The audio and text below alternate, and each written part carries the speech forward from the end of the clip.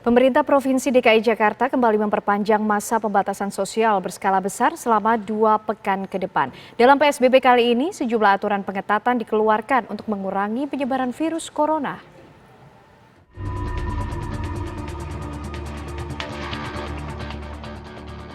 Penyebaran virus corona yang semakin meningkat di Ibu Kota Jakarta membuat pemerintah Provinsi DKI Jakarta memutuskan melakukan PSBB secara ketat mulai Senin 14 September 2020.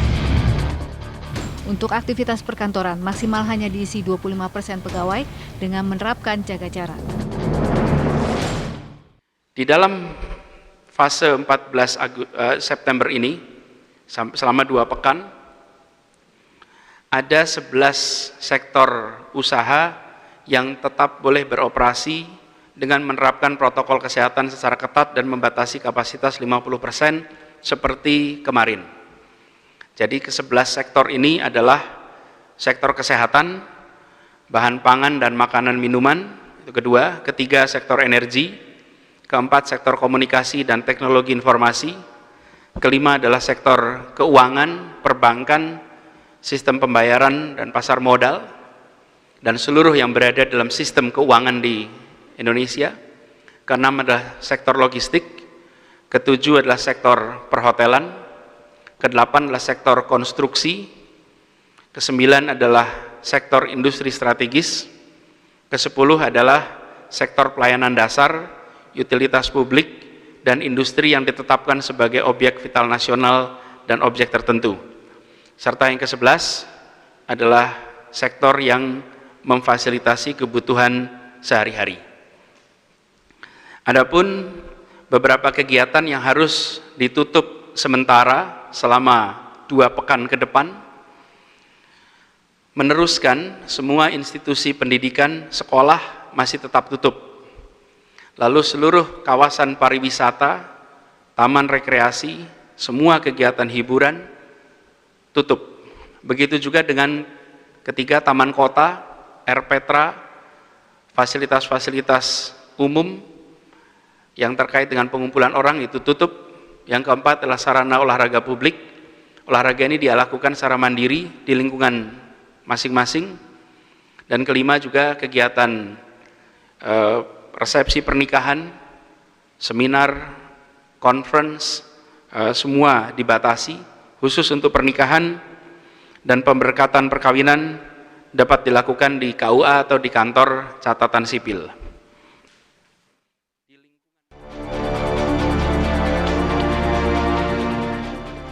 Dengan penerapan PSBB ini, maka selama 2 minggu ini aktivitas warga dan perkantoran akan berkurang secara drastis. Diharapkan dengan PSBB ini, maka angka virus corona di DKI Jakarta dapat ditekan secara cepat. Dari Jakarta, tim TV One mengabarkan.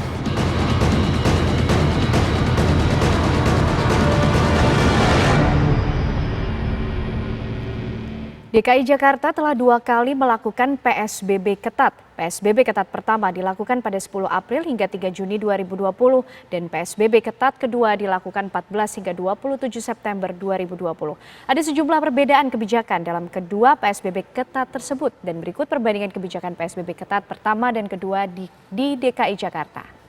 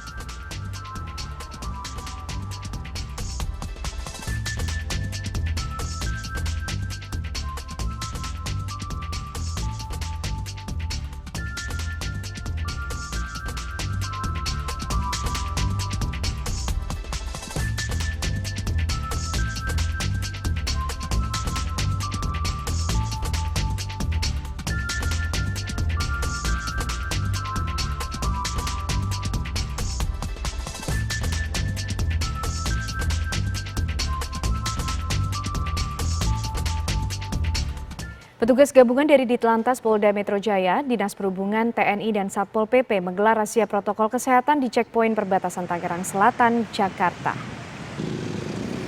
Seluruh kendaraan yang melintas di Jalan Ciputat Raya, Pasar Jumat, Jakarta Selatan, baik roda 2 maupun roda 4, diperiksa oleh petugas.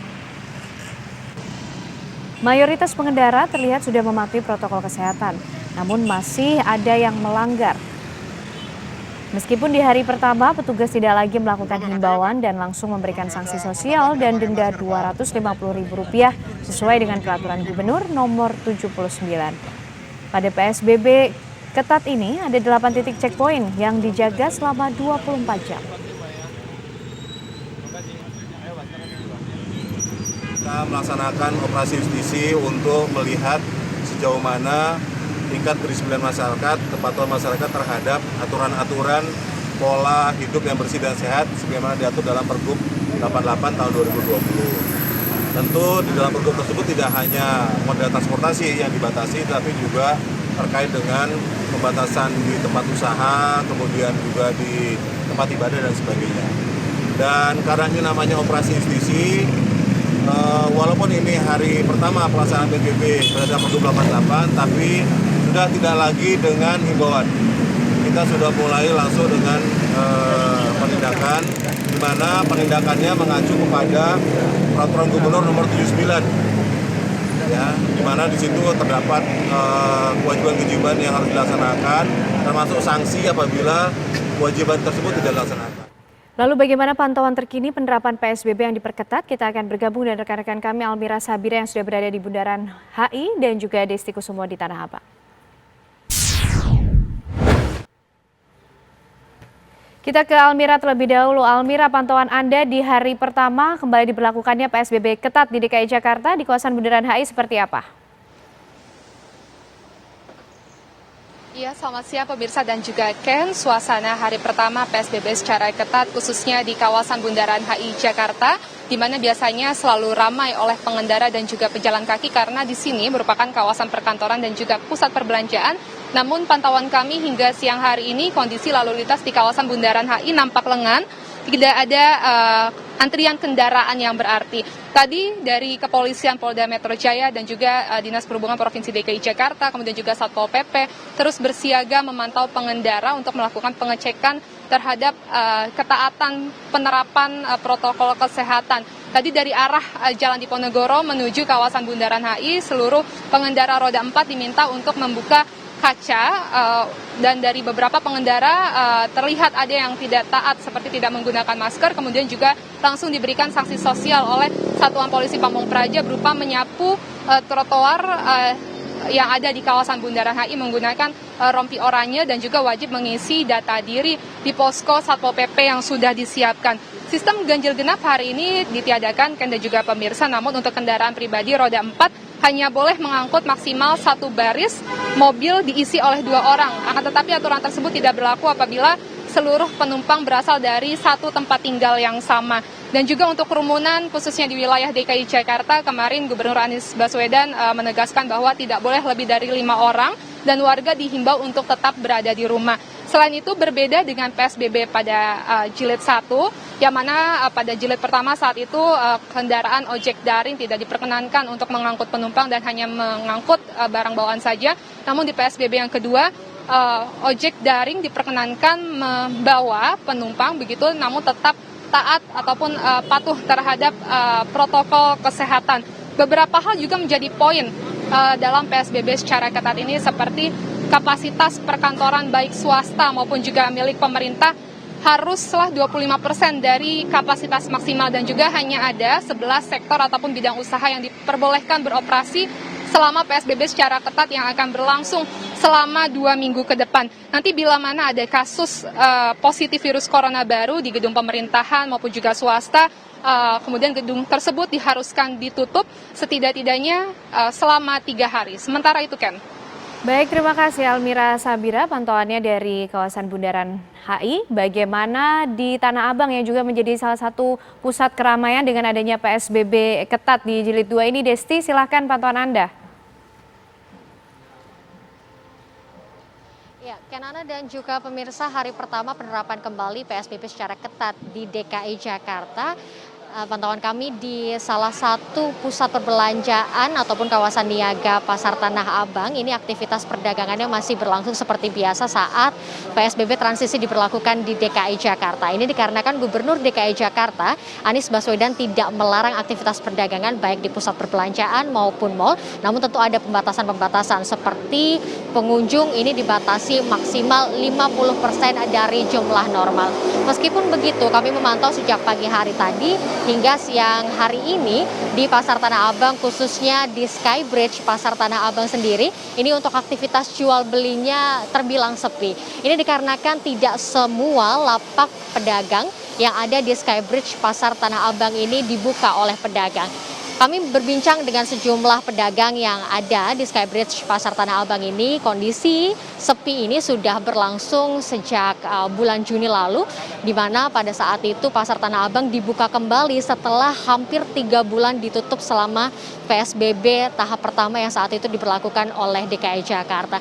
Di mana saat ini lapak para pedagang ini tidak dibuka dikarenakan kebanyakan pedagang yang berada di sini ini kekurangan modal sehingga mereka tidak bisa kembali membuka lapak dagangannya. Dan kami pun memantau juga untuk pembeli yang ada di Skybridge Tanah Abang ini juga terbilang sepi. Hanya ada 1-2 pembeli yang mendatangi lapak pedagang kemudian pergi lagi begitu. Nah, kebanyakan mereka yang melintasi Skybridge Tanah Abang ini adalah mereka yang memang menggunakan akses Skybridge untuk menuju stasiun Tanah Abang. Jarang dari mereka yang memang sengaja untuk datang ke Skybridge Tanah Abang ini untuk membeli lapak ataupun membeli barang dagangan dari para pedagang yang dijual di Skybridge Tanah Abang ini. Dan memang diakui bahwa selama PSBB diberlakukan di DKI Jakarta, bahkan saat penutupan dari Pasar Tanah Abang selama 3 bulan, mulai dari bulan April hingga bulan Juni kemarin, ini membuat terpuruknya kondisi perekonomian dari pedagang. Dan saat ini, saat PSBB sudah dilonggarkan, bahkan saat ini PSBB diperketat lagi oleh Pemprov DKI Jakarta, omset mereka tidak kunjung naik. Bahkan mereka mengakui saat ini Pemprov DKI Jakarta tidak melarang untuk aktivitas perdagangan, namun omset mereka ini masih anjlok sekitar 80%. Namun tentu kita ketahui bahwa PSBB secara ketat yang diberlakukan oleh DKI Jakarta ini mengingat angka dari kematian akibat COVID-19 di DKI Jakarta ini semakin meningkat. Nah, kita harapkan dengan penerapan PSBB yang ketat, ini angka peningkatan dari COVID-19 ini dapat teratasi. Namun kemudian ekonomi masyarakat ini juga kita harapkan tidak kemudian anjlok ataupun turun. Sementara demikian, Kenana, kembali ke Anda di studio. Terima kasih Desti Kusumo dari kawasan Tanah Abang dan juga sebelumnya ada Almira Sabira dari Bundaran Hotel Indonesia. Terima kasih rekan-rekan. Pemirsa, di hari pertama pemberlakuan kembali PSBB di DKI Jakarta, kondisi di Stasiun Manggarai terpantau normal. Tidak ada perubahan waktu operasional KRL, yakni mulai pukul 4 pagi hingga pukul 9 malam. Dan berikut laporan reporter Akhir Nasution dan juru kamera Dwi Kustantio. Pemerintah Provinsi DKI Jakarta kembali memberlakukan pembatasan sosial berskala besar secara penuh.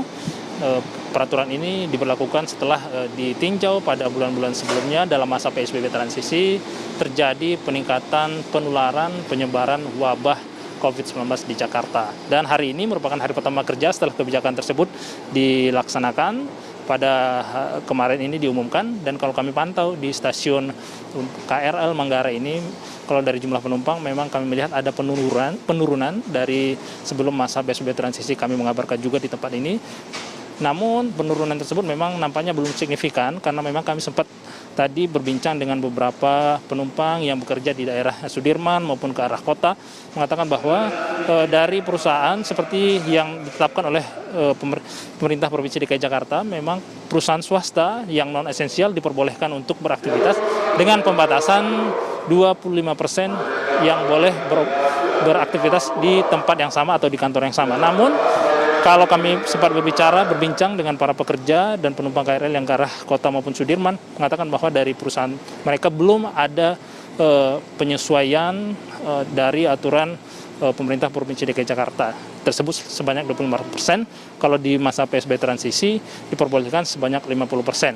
Kalau dari layanan KRL memang masih sama seperti masa transisi, di mana KRL beroperasi dari jam 4 pagi hingga pukul 9 malam, di mana tetap dalam melaksanakan protokol kesehatan. Di dalam kereta hanya diperbolehkan 74 orang dalam satu gerbong, itu sekitar 35-40%. Para penumpang juga diwajibkan memakai masker, menjaga jarak, dan juga dilarang berbicara. Sementara untuk fasilitas yang ada di stasiun memang ditingkatkan, ada beberapa penambahan seperti untuk tempat mencuci tangan untuk memudahkan para penumpang, dan juga cairan hand sanitizer juga masih tetap disediakan. Marka untuk pengatur penjaga jarak juga diadakan baik itu di stasiun maupun di dalam kereta untuk selalu mengingatkan atau untuk menjadi panduan bagi para penumpang dalam melaksanakan protokol kesehatan ini. Harapannya memang dengan PSBB yang kembali secara penuh diberlakukan oleh pemerintah Provinsi DKI Jakarta ini memang dapat menekan kembali angka penularan COVID-19 di Jakarta, sehingga wabah COVID-19 ini dapat terkendali sehingga tidak menimbulkan korban yang lebih banyak lagi. Harapannya semua warga Jakarta maupun warga yang bekerja di Jakarta dapat melakukan atau mentaati protokol kesehatan dengan baik. Dari Jakarta, Akhir Nasution, Dwi Kustantio, TV One mengabarkan.